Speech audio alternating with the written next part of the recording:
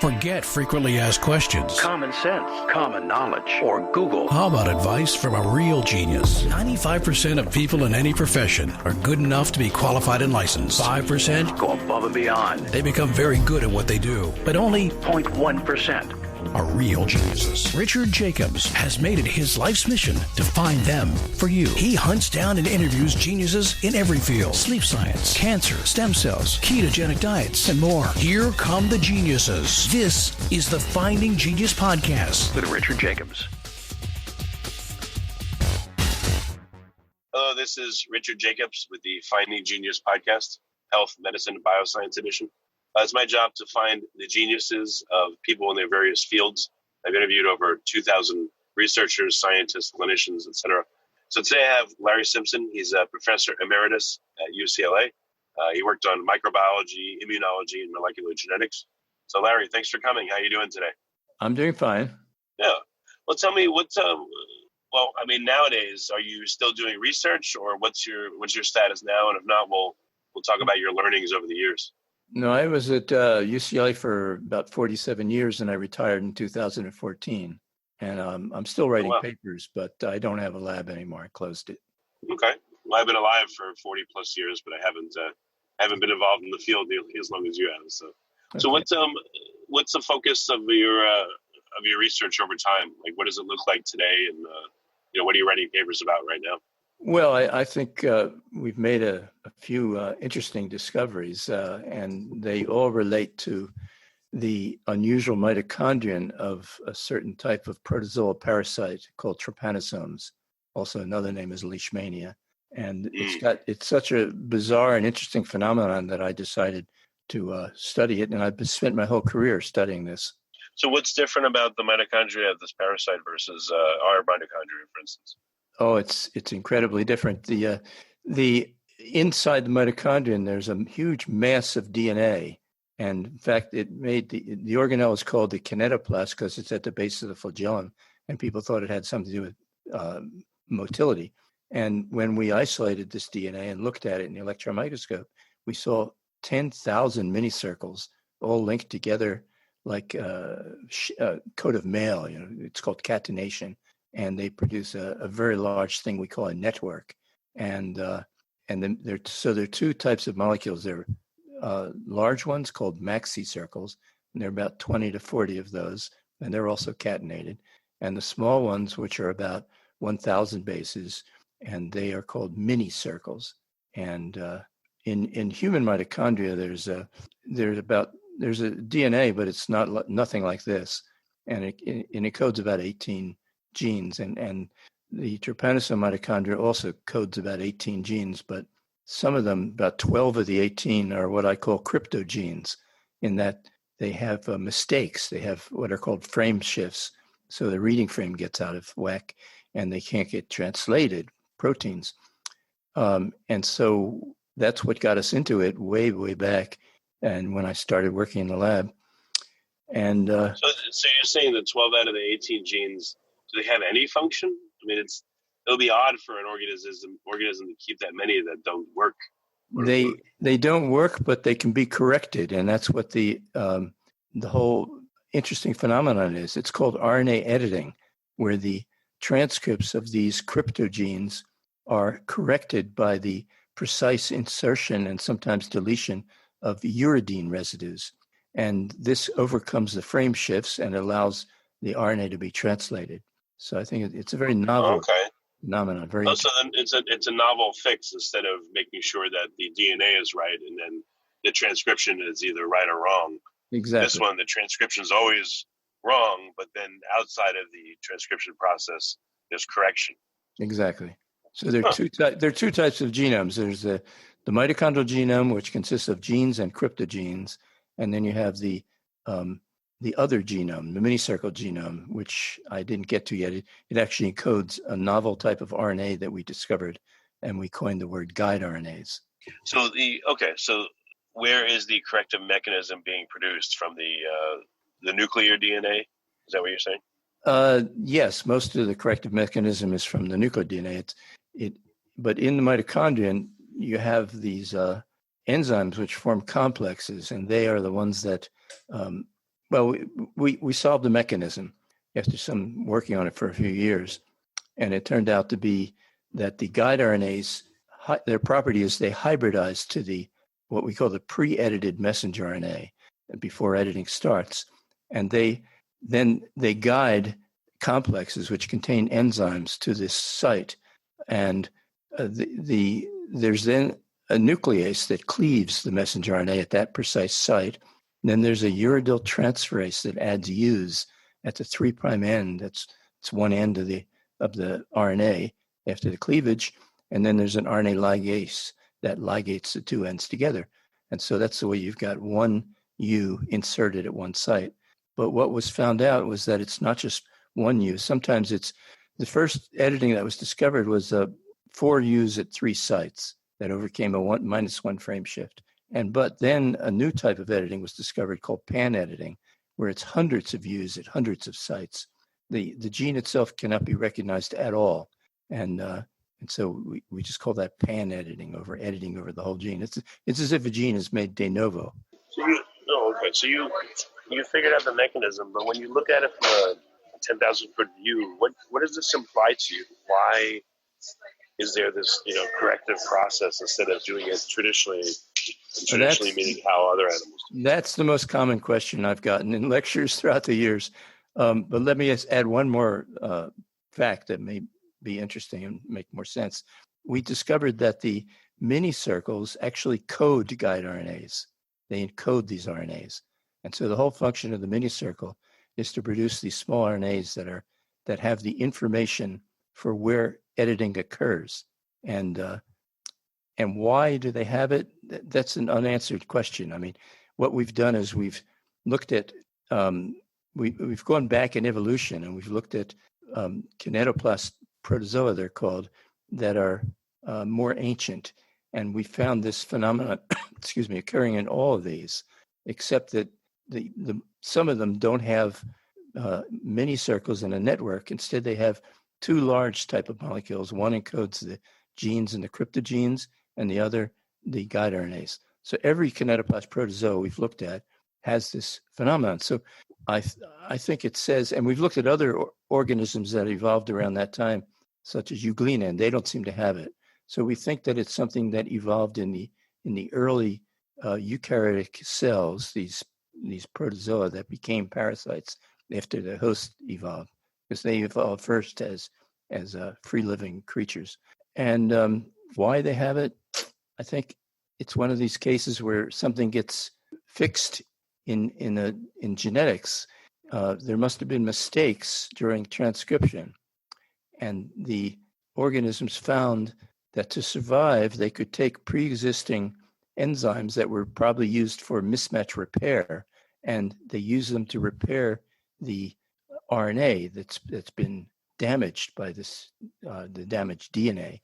And the repair turns out to be insertion and deletion of uridine residues at precise sites. And so I think that that's what fixed it. Once the guide RNA evolved, it couldn't go back. And so these organisms became fixed in this process. So it's novel, it's interesting, but I think it's understandable, but we don't know exactly what happened at early time. Is there any way that this could be translated and turned into a therapy for people or animals somehow to alter gene expression or to correct for genetic defects, for instance? Well, as a matter of fact, it already is. First of all, it's a novel phenomenon that's not present in any of the human host or the animal host. And anytime you find that, it provides a window, an opening for development of a rational chemotherapy, because you can develop drugs that don't have any effect on the host, but can kill the parasite. So that's one thing.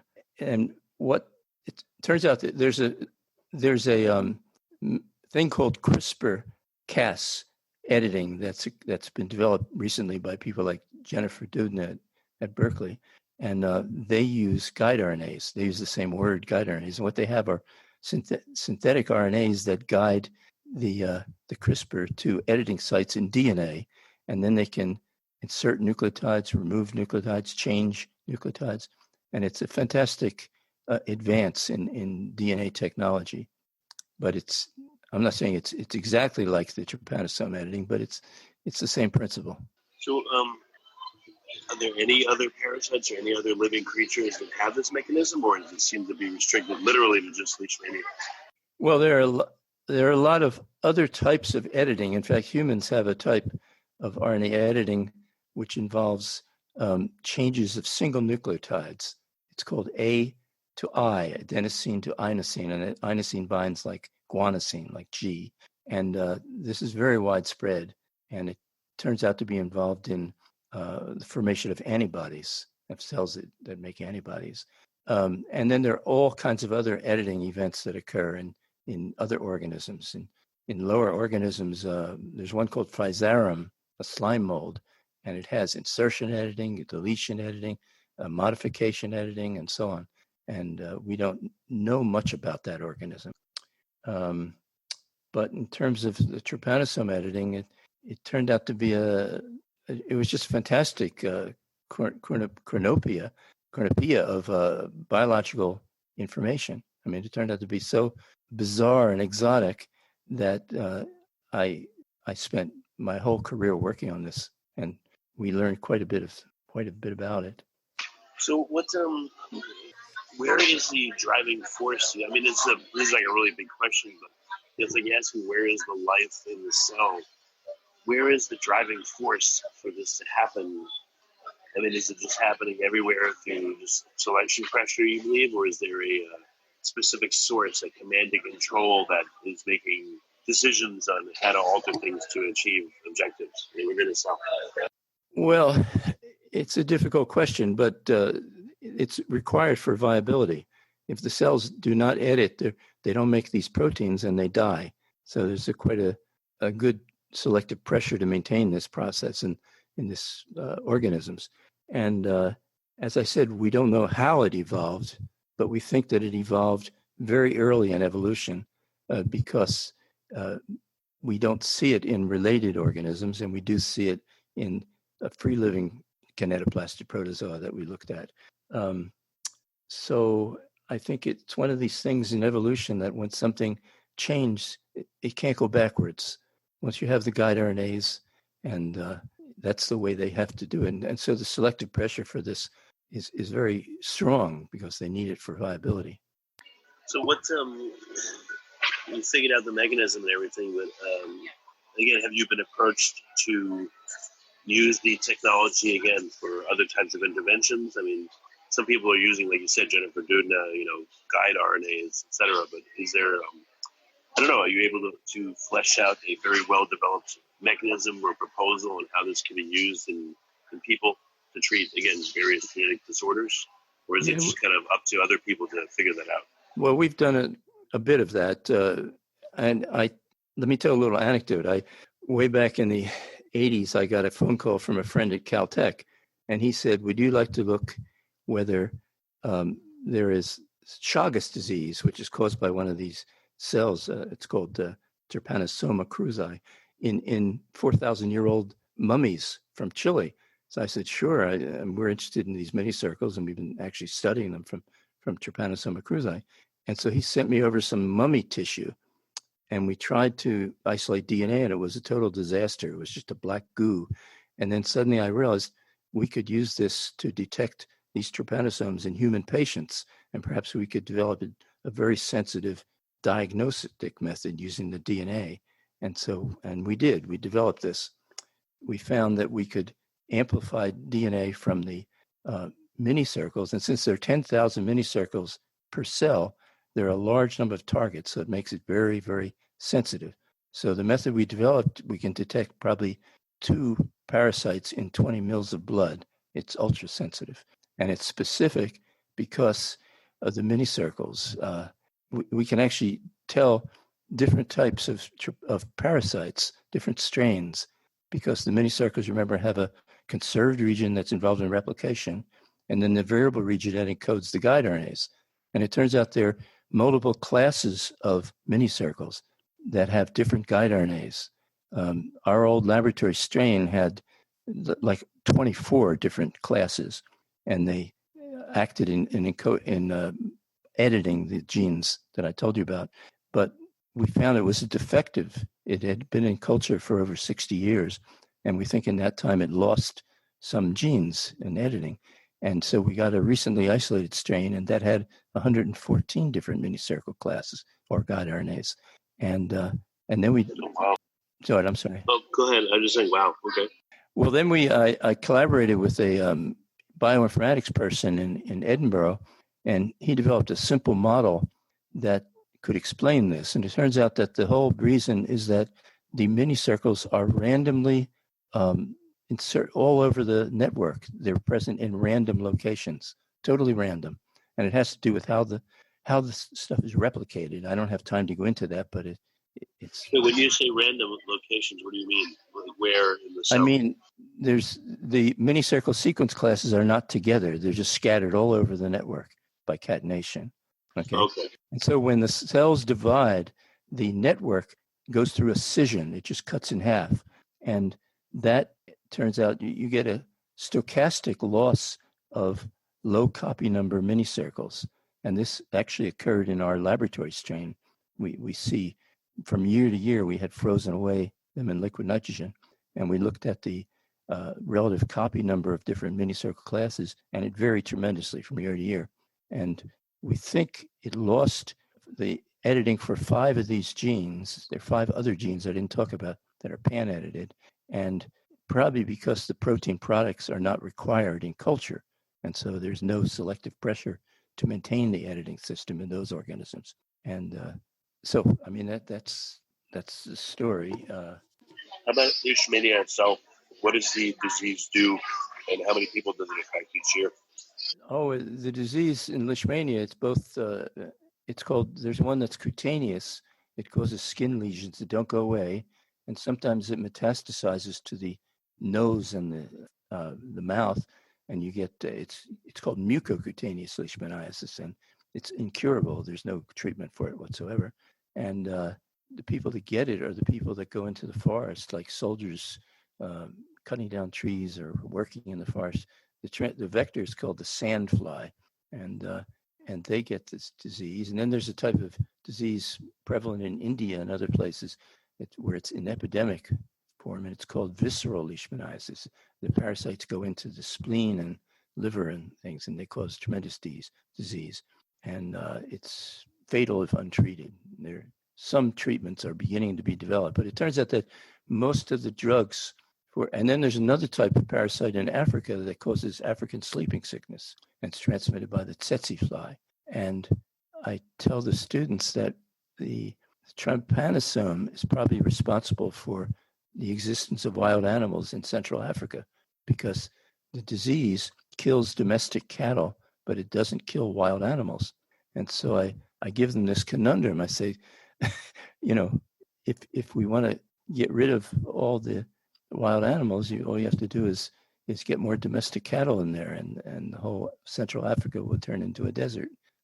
So it's a question. It's unanswerable, but it just tickles the imagination, I think.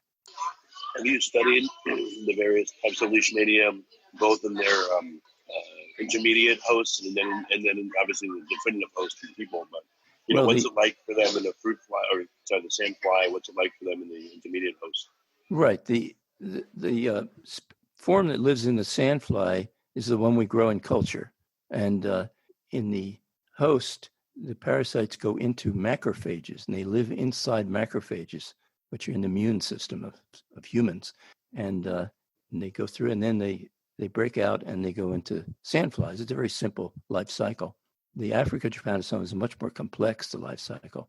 It's in the tsetse fly as the vector, and in the bloodstream of the human, the parasite lacks any mitochondrial enzymes. It lives by glycolysis, and then it pre-develops a partial mitochondrial transport chain, and the tsetse fly takes up the blood, and the parasites differentiate into forms that have well-developed mitochondria. And they go through about 3 or 4 stages in the tsetse fly and wind up in the salivary glands and the proboscis, where they're then injected into an animal that the tsetse fly bites. So yeah, the life cycle is very interesting. People have studied whether editing occurs, and it turns out to occur in both stages, but it's regulated. only certain genes are edited in the bloodstream stage and only certain in the insect stage. Right. That's why I wanted to ask you what happens in each host or each stage. Okay, interesting. Let me tell you one thing. At one point, you've asked about my background. It turns out I got interested in parasites in a very unusual way. I was in graduate school, didn't know what I wanted to do. I was a place called Rockefeller University in New York. And after my first year, I saw a thing on the bulletin board that said American students, researchers wanted in the Amazon. And so I said, that's for me. So I wrote them and they invited me down there. and I went and I took a crash course in Portuguese and I bought a book on parasitology, which I read on the airplane. I got down there and the whole project was to capture animals in the forest, bring them into the laboratory in a city called Manaus, which had no roads to it at that time. It was about 1,000 miles up the Amazon, and then look for blood parasites. And we did that. And I didn't find any, but I found a lot of ectoparasites and worms and other things. And I really got interested in these organisms. So when I got back to Rockefeller, I found the only parasitologist there, a fellow named Bill Traeger, and he said I could work in his lab for my PhD. And it turned out he had been working on this organelle called the kinetoplast. And he told me, look, we don't know much about it. We know it has DNA. We know it's a mitochondria. And that's it. He said, why don't you do that for your thesis? So 50 years later, I was still working on that. So that's really cool. Amazing story. What kind of interventions have you figured out, if any, for Leishmania? Whether it's in the sandfly or it's in people, any way to stop its spread or stop its effects? Well, my research has mainly been basic research on this unusual editing process. We have not really. I think I tried once to screen a chemical library to see if we could find things, and that didn't work out too well. But that's one thing people are doing. But I've not worked on any of that. I mean, some people are. There are laboratories that have taken this editing phenomenon because it's unique to the parasite and used it as a screen for drugs that can stop the parasite. And people found a few drugs. Turns out that the drugs for these trypanosome Leishmania were developed long in the 30s, really, and most of them are extremely toxic. And if they don't kill you, if the parasite doesn't kill you, the drugs will. And so there's a great need they're in tropical countries mainly over the world. And as I said, in some cases they produce epidemics. And there aren't many drug companies interested because most of the people that have the diseases are very poor and they can't buy drugs. And so it's not been a big thing that American drug companies work on very much. It's what we call neglected diseases. But I haven't done any of that myself. I've mainly done basic research on this RNA modification phenomenon. Does Leishmania have viruses or phages, or I don't know what you'd call them in regards to a parasite, but do they have them and do they modulate this? Well, we don't know. There are parasites. There are viruses. I actually published a paper on one of them, and we really don't know what they do and what they're, whether they cause any problem in the cells or whatever. So there's not much known about that at all. Well, I would think there would have to be something that would cull the herds of Leishmania. Otherwise, it would go out of control. I mean, instead of just being limited by natural factors. Well, the host produces an immune response. And in places where people get bitten by these sandflies almost every day, and the tsetse flies also, and if they recover from the first stage of the disease, then they get a type of immunity develops. And so there's like a equilibrium between the parasite and the host. And you find that throughout different types of parasites. The host. But you don't know if it would just be interesting to see what a virus would do in that, inside the mitochondria of the virus is not in the mitochondria. The virus is in the cell. It goes into. But if it got in. Yeah, we just don't know. We don't know. We have never found any virus in the mitochondria. But there is this, as I said, there's a class of viruses that live in Leishmania, but people don't really know what they do. What about does Leishmania have its own microbial attachment? Does it have its own microbiome? That's a good question. No, I mean, they're single-celled organisms, protozoa, and they don't, I mean, some of them eat bacteria, but I don't know of any case where they have a microbiome. I mean, they have mitochondria. Mitochondria at one point in time, maybe 2 billion years ago, were bacteria. They were bacteria that evolved into mitochondria. Do they form biofilms or any coordinated structures? Like, when they infest a host, are they just sitting there side by side? Do they construct a matrix that they all hang out in? It depends on the species. As I said, Leishmania goes into macrophages in the host, and so it sort of takes over the host genetic immunological system, and there's no biofilm at all. And then in trypanosoma, they live in the bloodstream, so they're in the circulating blood. And Leishmania also go into cells like this in the organs, internal organs like the spleen and liver. But no, there's no equivalent to biofilms that I know of. Okay. No, I was just wondering. Well, very good.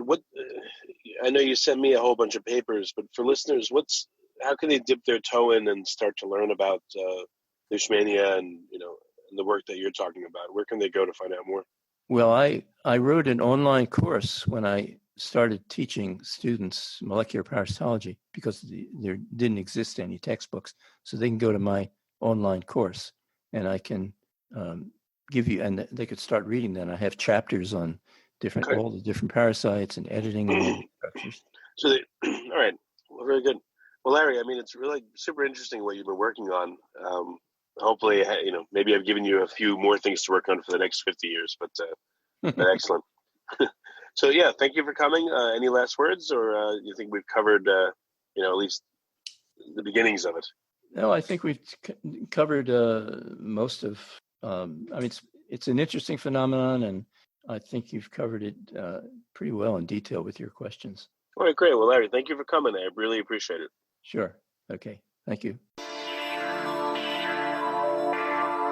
You've been listening to the Finding Genius podcast with Richard Jacobs. If you like what you hear, be sure to review and subscribe to the Finding Genius podcast on iTunes or wherever you listen to podcasts. And want to be smarter than everybody else? Become a premium member at findinggeniuspodcast.com. This podcast is for information only. No advice of any kind is being given. Any action you take or don't take as a result of listening is your sole responsibility. Consult professionals when advice is needed.